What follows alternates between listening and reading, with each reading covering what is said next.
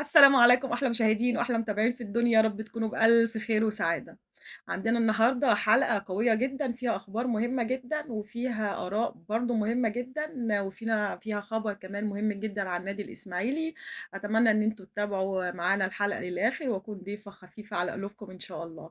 نبدأ طبعًا الأول بأخبار منتخبنا، والمباراة المهمة جدًا بكرة الساعة 9:00 إن شاء الله، يا رب كلنا نكون بخير ونتابع المباراة. إن شاء الله منتخبنا هيقابل المنتخب الأسباني، المنتخب القوي جدًا، لعيبة أقوياء جدًا، لعيبة بيلعبوا في أهم الأندية الأوروبية، ريال مدريد، برشلونة، وأندية مهمة جدًا.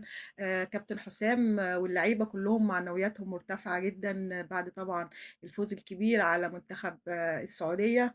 بيتابعوا التدريبات بشكل منتظم جدًا، خدوا على الأجواء، مستمتعين بالجو وفي حُب وفي صداقة كده وما بين اللعيبة كلّهم. كابتن حسام طبعًا أكيد هيأمِّن دفاعاته بكرة وهيلعب بطريقة دفاعية وده طبيعي جدًا لإنه بيلعب مع منتخب قوي. المنتخب الأسباني بصراحة أنا باحب منتخب أسبانيا وباحب لعبه وطريقة لعبه. فيعني شوف بقى لمّا يجتمع منتخب مصر ومنتخب أسبانيا، فدي ليلة حلوة جدًا بالنسبة لي.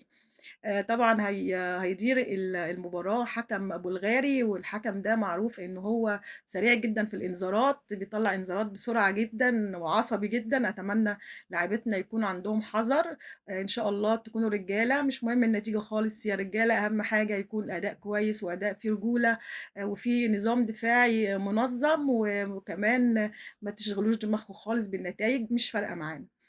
طبعًا بدوره كابتن وليد صلاح بيتابع الولاد الأهلي اللي مشتركين في المنتخب. بيتابعهم مش بس عشان يطمن عليهم وعلى الأجواء، لأ كمان بيطمنهم لإن كلكم طبعًا بتسمعوا في الأخبار وفي السوشيال ميديا وفي الإعلام، وأكيد هم كمان بيسمعوا ده ماشي، الأهلي هيستغنى عن فلان وعن عِلّان ومشكلة ده ومشكلة ده والأسماء اللي هتمشي، والناس كلها بتتكلم واللعيبة بتتابع. كابتن وليد طبعًا بيتكلم مع الولاد، بيحفّزهم، بيقول لهم انسوا كل الكلام اللي بيحصل ده، وأكيد إن شاء الله أنتم ولادنا وما حدش يفكّر في الكلام اللي بيتقال في الإعلام ولا الميديا. وبيتابع معاهم، يعني ربنا يوفقهم إن شاء الله. طبعًا كلنا سمعنا امبارح عن تصريحات موتسيبي رئيس الاتحاد الأفريقي الجميل اللي طلع علينا كده في مؤتمر صحفي وأثبت ما هو مُثبت. الحقيقة اتكلم عن الحكام، واتكلم عن مشاكل الحكام وتحيُّز الحكام لبعض المنتخبات وبعض الأندية. اتكلم كمان إن هم فنيًا مش أحسن حاجة، وإن هم بيحاولوا يحلّوا المشكلة. اتكلمت كتير عن موضوع الحكام في أفريقيا، وإن هم أسوأ حاجة في منظومة الكورة في أفريقيا كلّها وفي مصر كمان. والناس كانت بتزعل من الكلام ده، وإن الحكام بيأدّوا أداء سيء جدًا، بيخلّوا شكل الكورة في أفريقيا أوحش حاجة، لإنه عنصر مهم جدًا للتحكيم في الكورة، وبيدّي كمان شكل وحلاوة للكورة، وبيدّي مصداقية، وبيخلّي الناس حتى تبقى حابة تتفرّج على الماتش، مش عارفة النتيجة قبل المباراة، لأ خلاص الحكم ده متحيّز للنادي الفلاني أو المنتخب الفلاني. طبعًا هو اتكلّم عن الموضوع ده، وجاري الشغل على الإصلاح، إن شاء الله يكون في إصلاح. اتكلم كمان على إنه اتفاجئ بإن الأهلي عنده غرامة وعنده وقف لجمهوره في مباراة الترجي وما كانش يعرف القرار. وإن القرار ما يخصّوش، وإن لجنة الانضباط أو لجنة العقوبات ما مش دورها بعيد عنه وهو مش بيتدخّل، وعايز يثبت إن هو ما بيتدخّلش في الحاجات دي ودي مش بتاعته، ولكن أنت بصفتك كبير المنظومة المفروض يبقى عندك خبر، يبقى عندك المعلومة، تتبلّغ بالقرار، لكن تتفاجئ دي حاجة صعبة جدًا. ده يثبت إن أنت يعني إلى حدٍ ما مش بتدير أوي وفي حد تاني بيدير أو بيساعدك في الإدارة، مش عايزين نتكلّم في الحاجات دي ما لناش دعوة بيها، لكن اتفاجئت بإنه بيقول إن هو اتفاجئ وما كانش عارف. طبعًا حاجة غريبة جدًا وتصريح غريب جدًا. اتكلّم كمان عن بطولة السوبر الأفريقي واللي هيشارك فيها 8 أندية من 8 بلدان مختلفة بأقصى حد فرقتين من كل بلد. وطبعًا دي بتتحسب على اللي هو أعلى تصنيف في بلده. طبعًا الأهلي ضامن مكانه، مش أعلى تصنيف بس في مصر، لأ أعلى تصنيف في أفريقيا كلّها. الموضوع دلوقتي والخناقة دايرة دلوقتي ما بين الزمالك وبيراميدز، مين اللي هيشارك، مين اللي هيبقى أعلى نقاط، أعلى تصنيف، هل الزمالك هياخد الكونفدرالية يكون هو الأولى، هل بيراميدز بصفته حامل لقب البطولة أبطال الدوري الموسم اللي فات. ولسه ما حسموش قرارهم، ولكن هي هتبقى بطولة كويسة واحتكاك قوي طبعًا ال8 أندية، وهي في النهاية بطولة تسويقية، تسويقية بحتة يعني، لإنها بتبقى عليها طبعًا ل الإعلام مُسلّط عليها بإنهم أندية كبار ومعروفين، فهي بطولة كويسة إن شاء الله يكون الأهلي مشارك فيها بقوة، وتكون بتاعتنا إن شاء الله. أمّا بالنسبة بقى للموضوع المهم جدًا والكلام اللي قاله كابتن هاني رمزي في البودكاست، بصراحة ممكن يعني أتوقّع ده من أي حد تاني غير كابتن هاني. كابتن هاني لعيب محترم محبوب جدًا بالنسبة للأهلاوية وناس كتير حتى غير الأهلاوية. بصفته لعيب كبير وشارك في منتخب مصر كتير وحصل على بطولات مع المنتخب ولاعب محترم ولاعب ما بنشوفش منّه أي كلام مسيء أو أي حاجة، سواء كان إعلامي أو كان لاعب برّه مصر أو جوّه مصر. بصراحة اتفاجئت بكلامه، حاجة ما فيهاش مهنيّة خالص، وعيب إنها تطلع منّك كلاعب كبير. أتقبّله من أي حد تاني إلا أنت بصراحة. الموضوع بقى زاد عن حدّه. في حاجة اسمها أمانة، في حاجة اسمها الناس دي كنت معاهم، سواء أنا كنت غلط أو هم كانوا غلط. ما ينفعش إن أنا أطلع وأصرّح بتصريحات زي ديّة، خصوصًا في الوقت ده وأنت شايف إن الدنيا أصلًا مقلوبة والإعلام والناس والجمهور، وفي مشاكل في النادي وفي تصليحات والناس شغّالة على قدم وساق للتصليحات وإن هم يحاولوا يغيّروا، وحضرتك تطلع تتكلّم في توقيت التوقيت غلط والكلام غلط.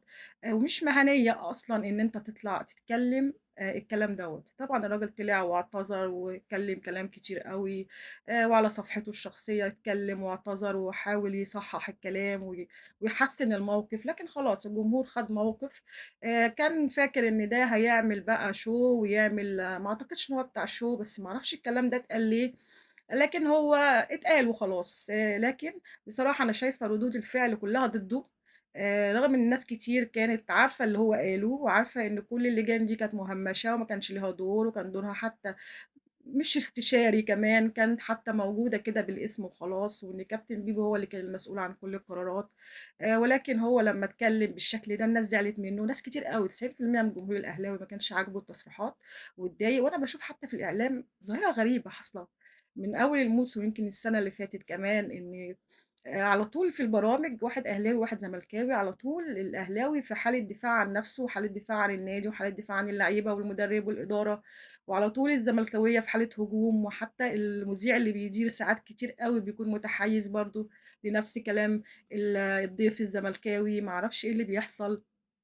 على طول حتى تلاقي لمّا يكون الأهلاوي بيتكلّم تلاقي الزملكاوي كده تيجي عليه الكاميرا تلاقيه بيبتسم ابتسامة استهزاء كده وبطريقة مستفزة وبطريقة فيها قِلّة ذوق. آمم يعني شوف بصراحة الموضوع زاد عن حدّه. أتمنى حتى الأهلاوية ما يطلعوش بقى يتكلّموا، هتتكلّم فني، هتتكلّم في استوديو، هتتكلّم عن مباراة، اطلع واتكلّم. لكن هتطلع تتكلّم بقى أنتم فيكم وأنتم عليكم وكابتن بيبو والمدرب والناس اللي جات والناس اللي مشيت والغرامات والمدربين، ما تتكلمش، ما تردش. بصراحة حتى دفاعنا بقى شكله مش حلو، لإن إحنا على طول بندافع، والأهلي مش بيموت يعني الأهلي مش وقع خلاص، مش اتدمر، مش انهار عشان نقعد طول الوقت ندافع عنه. لأ، في مشاكل وبتتصلح، والمشاكل حتى ما طوّلتش لسنين، ما وصلتش ل14 إيقاف قيد يعني. مش هنفضل طول عمرنا نتكلم في الحاجات دي بقى، كفاية كده بصراحة. أمّا بقى عن الخبر المهم جدًا عن نادي الإسماعيلي، وده لازم تكونوا مركّزين كده معايا فيه، علشان فيه تفاصيل مهمة جدًا. هو لسه حاجات مش مؤكدة، لكن في كلام كتير عن الخبر ده، وأتمنى إنه يكون حقيقي بس يكون بشكل منظم مش عشوائي. في كلام داير كده إن هيحصل اندماج ما بين نادي الإسماعيلي ونادي البنك الأهلي. يعني الكلام لسه مش في حاجة رسمي، لكن الكلام دلوقتي بيتقال إن ده هيحصل. طبعًا اتكلمنا كتير على الأندية الجماهيرية، واتكلمنا على أهمية الأندية الجماهيرية في شكل الدوري وفي تسويقه وفي قيمته التسويقية، وكمان في حلاوة الكورة ومتعتها في وجود جماهير وفي وجود أندية جماهيرية قوية طبعًا تنافس على البطولة، ويكون في منافسة قوية ما بين الجمهور وما بين الأندية. اتكلمت طبعًا على إن الأندية الجماهيرية بتنهار، وإن لازم نساعدها ولازم نقف جنبها، وموضوع الدمج دوّة ما بين يكون نادي مؤسسة ونادي جماهيري حاجة كويسة في الشكل العام، حاجة كويسة جدًا. ولكن أتمنى إن يكون الدمج ده ما يمحيش هوية النادي الإسماعيلي. النادي الإسماعيلي نادي كبير، نادي جماهيري، نادي عنده بطولات، عنده تاريخ، نادي مهم جدًا على مستوى مصر كلها مش بس على مستوى الإسماعيلية. نادي ما ينفعش هويته تنطمس، ما ينفعش يندرج هو تحت راية نادي البنك الأهلي. المفروض إن البنك الأهلي هو اللي ينطوي تحت راية نادي الإسماعيلي. المفروض برضه يكون في رأي لجمهور الإسماعيلي يشارك في القرار ويكون ليهم دور إن هم موافقين أو مش موافقين، مش على الشكل، لأ على الموضوع هيمشي إزاي، ترتيباته ونظامه وطريقته، يكون في يعني نظام بحيث إن إحنا نحمي النادي مش نضيّعه خالص أكتر ما هو ضايع. ولو التجربة نجحت ليه ما نكررهاش في أكتر من نادي وكل الأندية الجماهيرية، يكون في اندماج ما بينهم. يعني دول عندهم فلوس وعندهم نظام وعندهم إدارة وعندهم شكل اقتصادي مهم، ودول عندهم جمهور، عندهم بطولات، عندهم تاريخ، عندهم لعيبة، ده يساعد ده وفي النهاية نوصل لشكل حلو. لكن بعيد على إننا نضيّع اسم وتاريخ وجمهور نادي كبير أو نادي عريق زي نادي الإسماعيلي، نادي المصري، نادي الاتحاد، كل الأندية الجماهيرية. نساعدهم بشكل يكون في حماية ليهم، مش يكون في دمار. طبعًا يكون في مثلًا لو نشتري أسهم، لو الأندية الاتنين يندمجوا في اللعيبة لكن تحت اسم وشعار نادي الإسماعيلي.